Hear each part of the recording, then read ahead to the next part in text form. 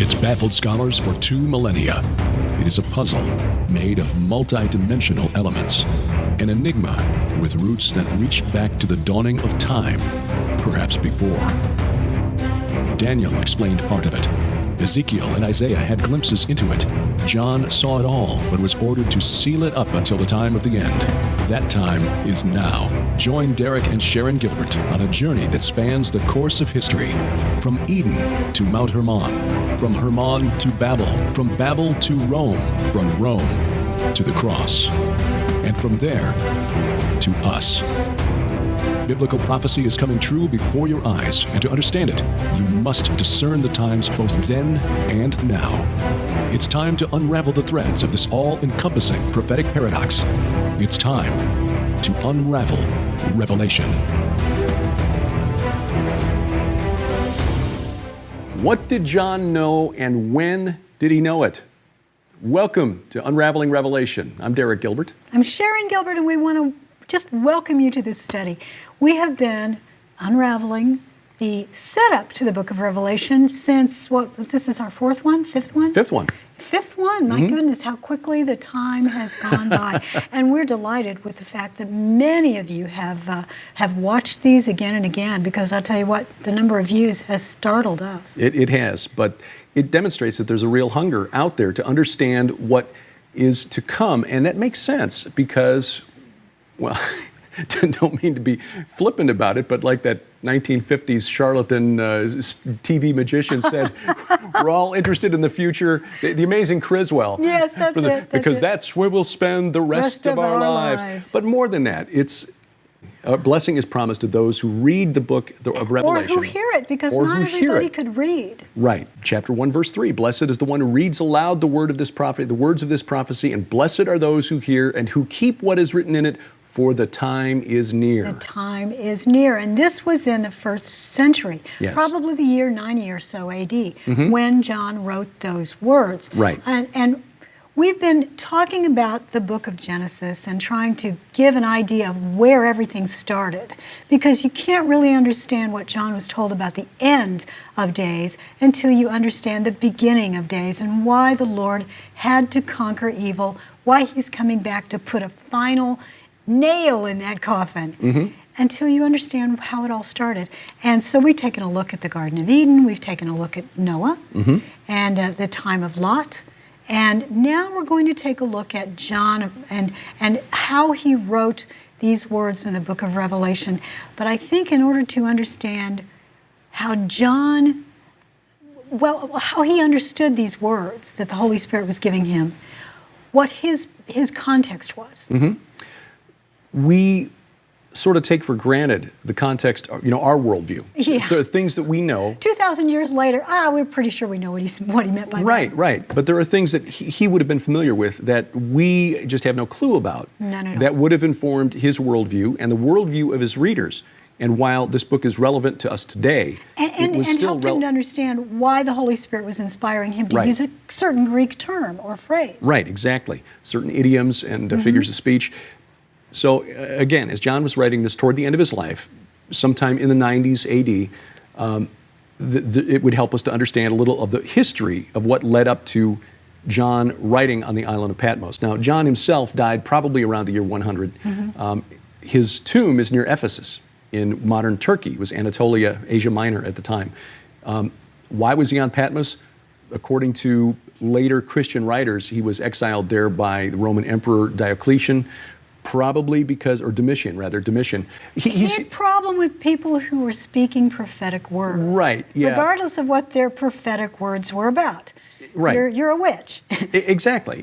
Domitian was a proponent of the traditional Roman religion headed up by Jupiter, even though I've learned in the research that we did for our book Veneration that while Jupiter was the head of the imperial religion, the common people of Rome and the Romans of North Africa actually venerated Saturn as their chief god. Kronos, right. Which is why Saturnalia was such a big deal. There was no, as far as I know, Jupiteralia. No, there was not. And actually the Saturnalia was an extension of the older Cronia. Yes. Which goes back, but again, that's rabbit trailing.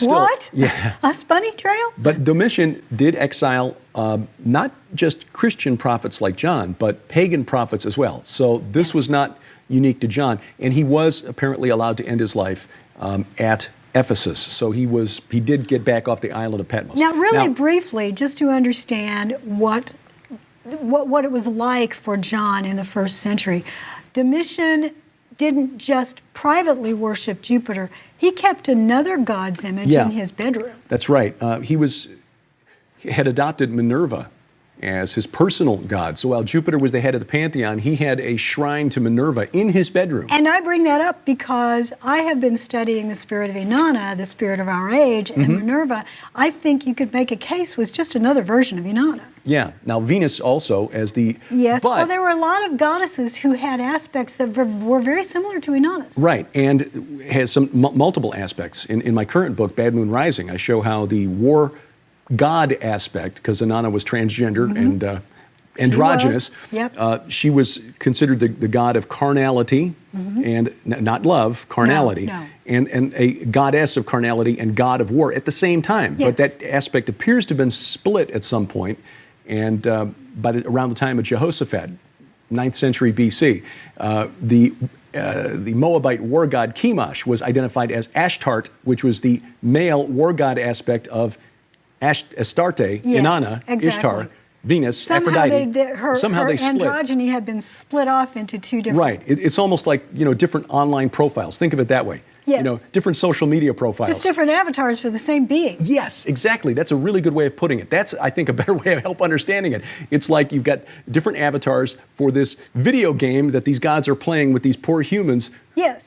And we're the losers as far as they're concerned. So bottom line is Domitian was a worshiper of Minerva, who was considered the goddess of wisdom, but also a goddess of war, equated with the Greek Athena. And she was supplanting Mars in many of the Roman legions. The war god aspect of Chemosh, who was part of the, again, worshipped later as Ares, and then Mars, again, identified almost 1,000 years before John as part of this. So this is the guy who exiled John to the island of Patmos. And really quickly, I just want to talk about that island.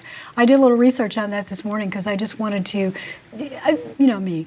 I don't like to take things for granted. Okay, island, Aegean, I think I got this. Apparently that island is reputed to have appeared out of nowhere. Back in the day, Selene, the goddess of the moon, shone down upon the waters of the Aegean and revealed this hidden island beneath the waves. And Artemis, who is the twin sister of Apollo, daughter and son of Leto, who was impregnated by Zeus, she looked down and saw this island and thought, whoa, what a beautiful island. We can't let that stay down there. So she went to Apollo, said, I want you to come and help me talk our father into raising this island up. And they did. And Zeus waved his magic arms, and this island rose to the surface. Now, it could be that actually it was a volcanic island. I don't know. Probably. That just suddenly appeared. But this island appeared, dried out, and became an island acropolis. So there was veneration taking place. This is the history behind the island where John was exiled. Okay.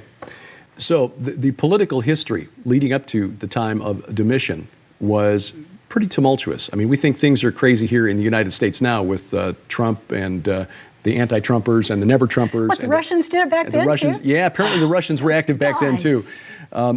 Going back to Antiochus Epiphanes, he is the one who, Antiochus IV, ruled the Seleucid Empire, which is based in Syria, one of the remnants of Alexander the Great's empire from the 4th century BC.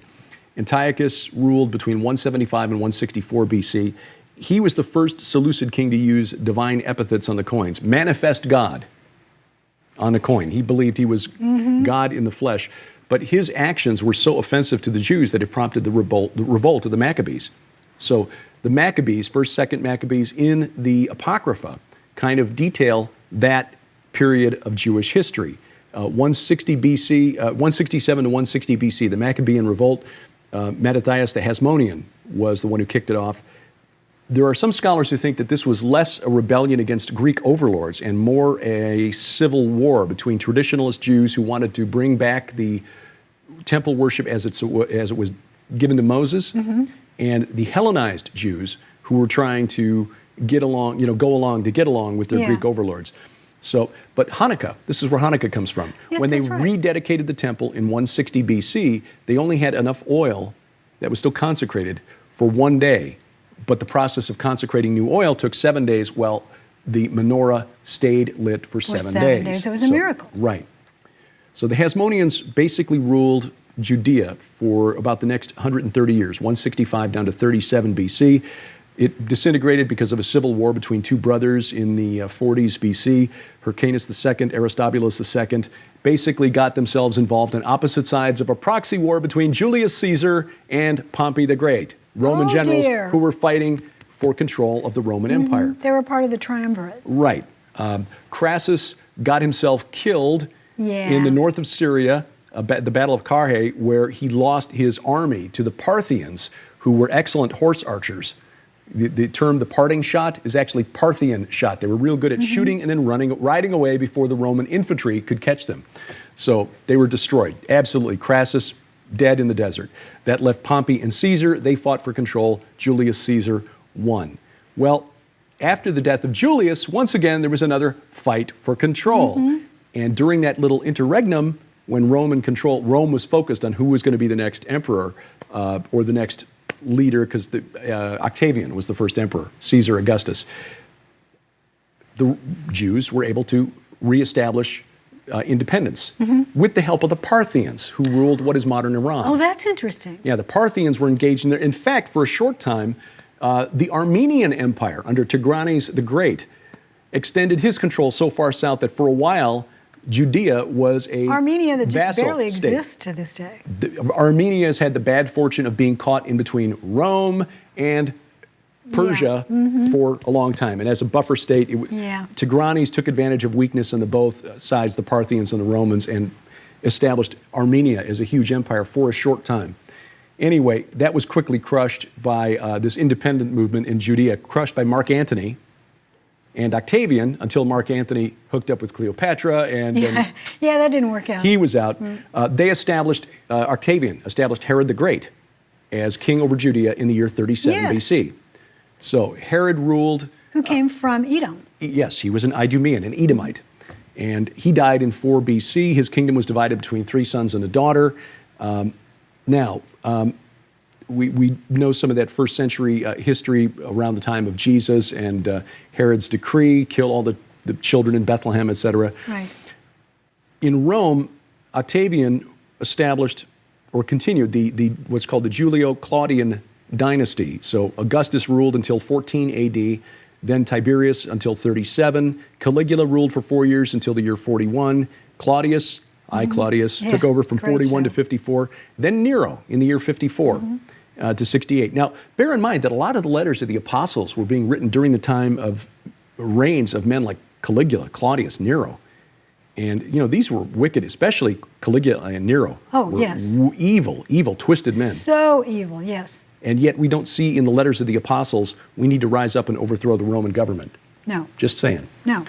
Then in the year 68, after Nero committed suicide, and we'll talk more about that later, the year of 4 emperors, again, another civil war.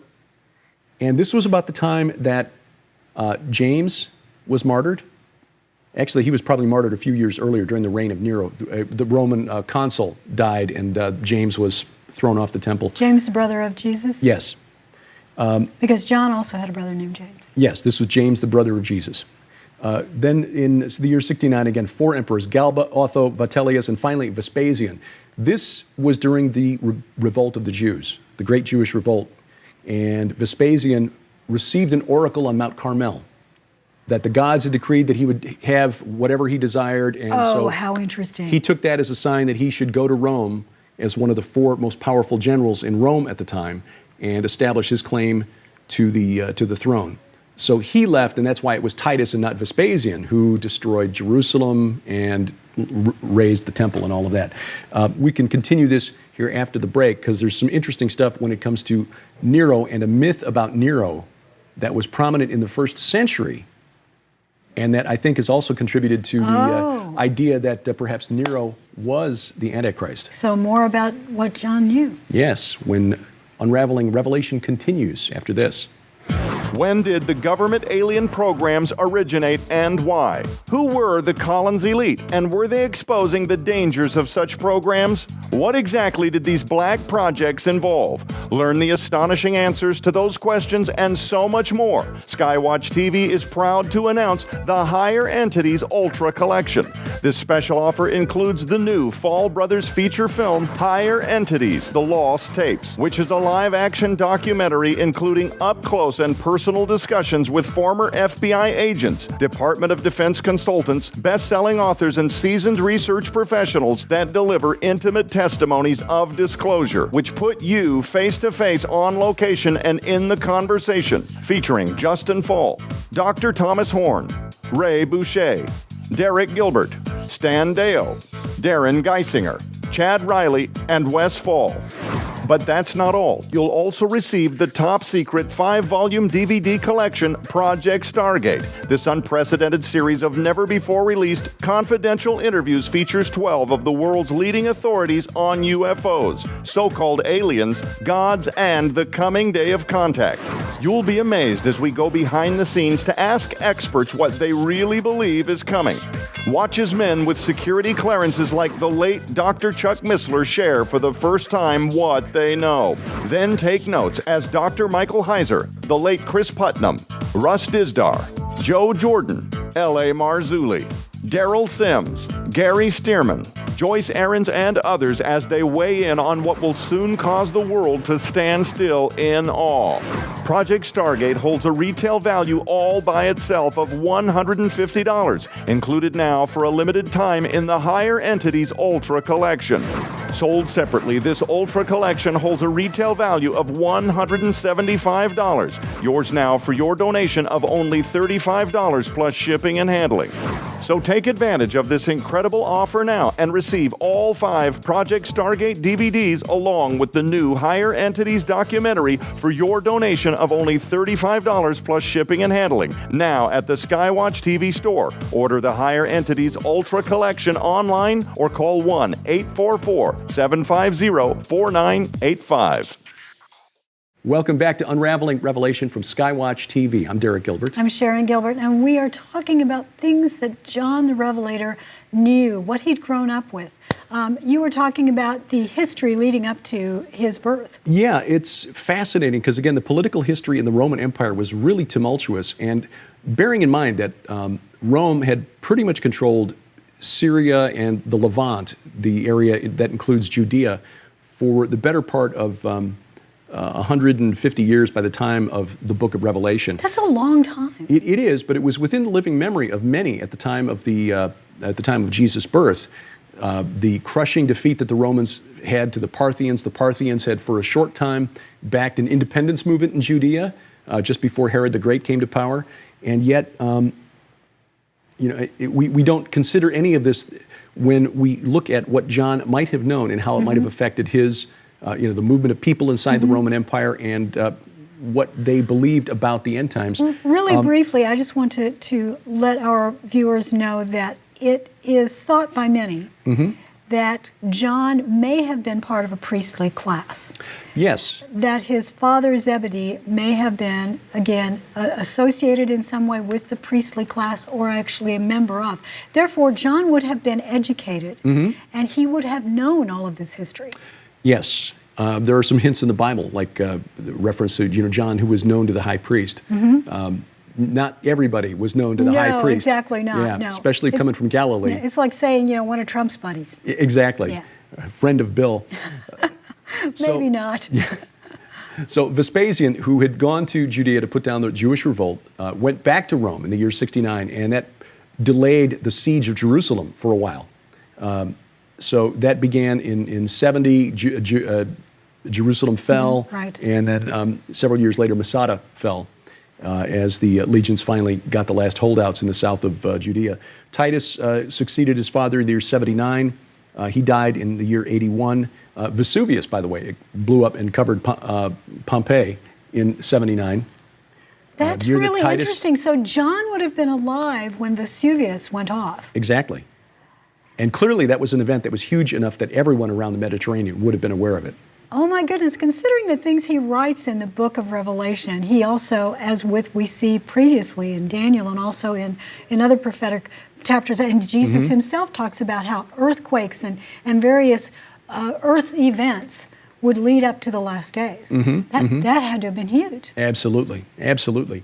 So there was that, and then in the year 81, Domitian took over, and he reigned until 96, by which time the book of Revelation was probably finished. Some scholars think Revelation was written earlier. I think certainly the books of the Gospels, seeing as how they mention Jesus' prophecy of Jerusalem being destroyed, if that had been fulfilled when those books had been written, you'd think they would have mentioned it. Nobody would have believed anything in them. Well, you know, he with this happened. He's writing it after the fact. So no, they all predate the book of Revelation, written afterwards, I believe. Domitian, again, was a traditionalist, but there's a story that's built up over the years that Domitian persecuted Christians horribly, and this really was not believed by anyone at the time. None of the writers of the time, Christian or pagan, really accused Domitian of persecuting Christians especially. That didn't begin until about the 4th century with the Christian historian Eusebius. But there was an interesting development that took place after the death of Nero, because Nero did persecute Christians brutally, used them for torches, the games in the Colosseum. When he died in the year 68 by killing himself, he was the emperor, by the way, who captured and crucified Peter upside down. There was a myth, a rumor that spread about Nero that he didn't actually commit suicide, that he escaped from Rome, went to the east, possibly to the Parthians, the enemy, where he was building up an army and would return. The rumor has been called by scholars the myth of Nero Redivivus, or Nero reborn. So there were two main claims here. Number one, that Nero didn't commit suicide, but escaped from Rome and would someday return at the head of a foreign army to reestablish his reign. Second, that Nero's evil genius, his spirit, genius being a term for that back in the day. Yes, as in genie. Yeah, his genius, right, would be reborn inside another person.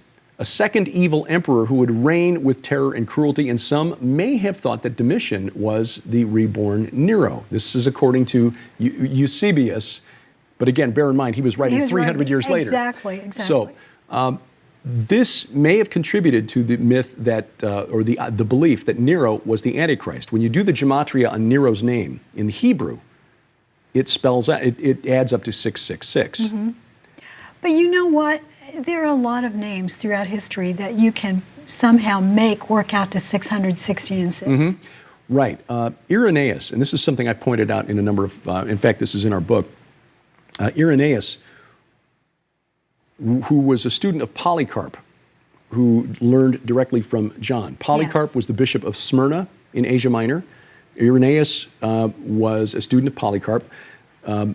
He wrote that when you do the gematria on the word Titan, or the name Titan, that he believed that was more likely to be the identity of the coming Antichrist. In other words, he was looking for a supernatural, right, I agree too.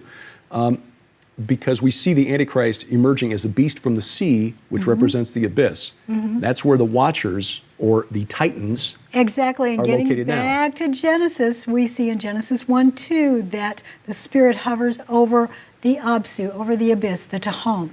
And so that evil spirit has existed for a long time. Yes. So I think Irenaeus was onto something there. And this is interesting that he may have gotten that. You know, we can't prove it. Irenaeus also thought that the Antichrist would be from the tribe of Dan, because Dan is not mentioned in the book of Revelation. But then neither is it Ephraim? I believe so.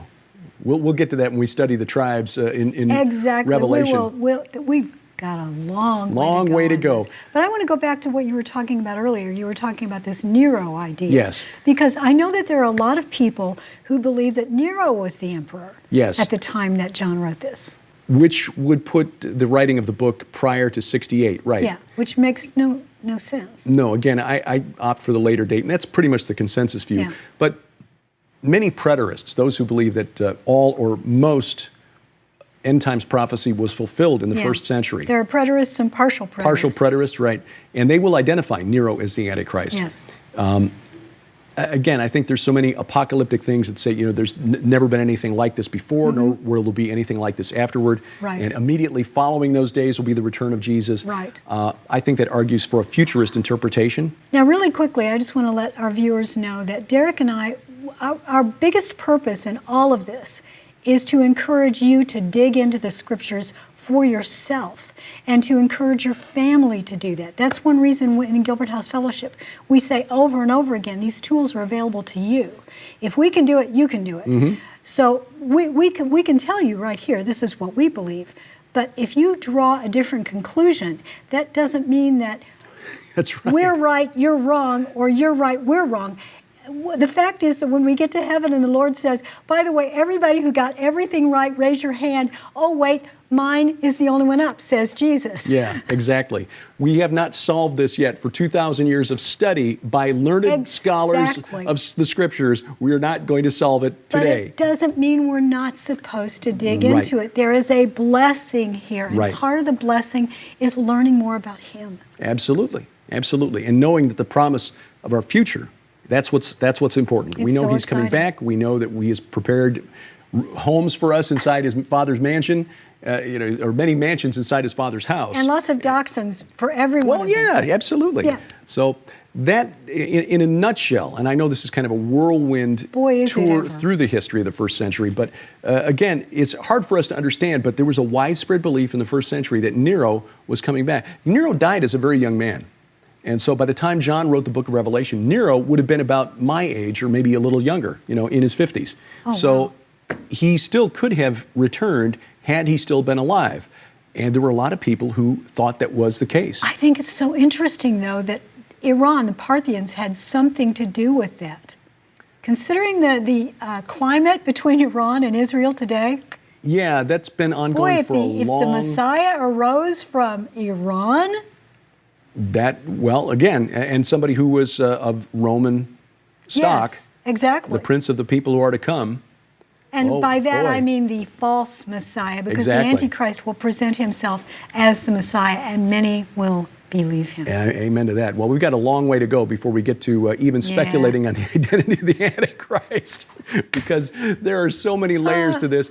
But just hopefully, if you take nothing else away from this week's program, it's that there's a lot in Scripture, a lot in history that we don't really know, and we've forgotten. But John and his readers would have been aware of all of this in the first and second century. Just like now, we all remember the Civil War. We didn't live through it, but we all know what it was about. Exactly right. Antiochus Epiphanes, he was about as far before Jesus as the Civil War is to us today. And he was certainly a type of Antichrist, setting up the altar of Zeus and sacrificing pigs in the temple.